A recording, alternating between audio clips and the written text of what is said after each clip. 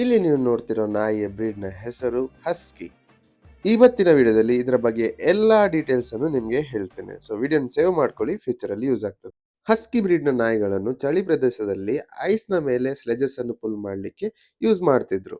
ಸೈಬೇರಿಯಾದಲ್ಲಿ originate ಆದ ಕಾರಣ ಇದಕ್ಕೆ ಸೈಬೇರಿಯನ್ ಹಸ್ಕಿ ಅಂತ ಹೆಸರು.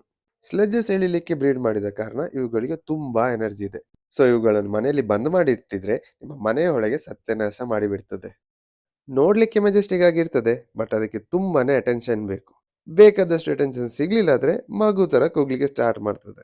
ಕೂದಲು ಜಾಸ್ತಿ ಇರುವ ಕಾರಣ ಶೆಡ್ಡಿಂಗ್ ಅಂತೂ ಇದ್ದೇ ಇರ್ತದೆ, ಬಟ್ ಮ್ಯಾನೇಜಬಲ್. ನಿಮ್ಮ ಮನೆ ಟೆಂಪರೇಚರ್ 25 ಡಿಗ್ರೀಸ್ಗಿಂತ ಜಾಸ್ತಿ ಇದ್ರೆ ನಿಮ್ಮ ಮನೆಯಲ್ಲಿ AC ಬೇಕೇ ಬೇಕು. ಮತ್ತೆ ಮಧ್ಯಾಹ್ನ ಟೈಮಲ್ಲಿ ಅಂತೂ ಇವುಗಳನ್ನು ವಾಕಿಂಗ್ ಕರ್ಕೊಂಡು ಹೋಗ್ಲೇಬೇಡಿ. ಹೀಟ್ ಸ್ಟ್ರೋಕ್ ಬಂದು ಅದಕ್ಕೆ ಪ್ರಾಬ್ಲಮ್ ಆಗ್ಬಹುದು. ಇದರ ಲೈಫ್ ಸ್ಪ್ಯಾನ್ ಬಂದ್ಬಿಟ್ಟು 12 to 15 years. ಇದು 25 km/h ಸ್ಪೀಡಲ್ಲಿ ಓಡಬಹುದು. ಇದರ ಕೇರ್ ಬಗ್ಗೆ ಹೇಳಬೇಕಾದ್ರೆ 2 ರಿಂದ 3 ತಿಂಗಳಿಗೆ ಒಮ್ಮೆ ಸ್ನಾನ ಮಾಡಿಸಬೇಕು. Weekly 2 to 3 times hair brush ಮಾಡಿಸಬೇಕು. ರೆಗ್ಯುಲರ್ಲಿ ಇವುಗಳ ಕಿವಿಯನ್ನು ಕ್ಲೀನ್ ಮಾಡಬೇಕು. ಡೈಲಿ ಎಕ್ಸರ್ಸೈಸ್ ಮಾಡಿಸಬೇಕು.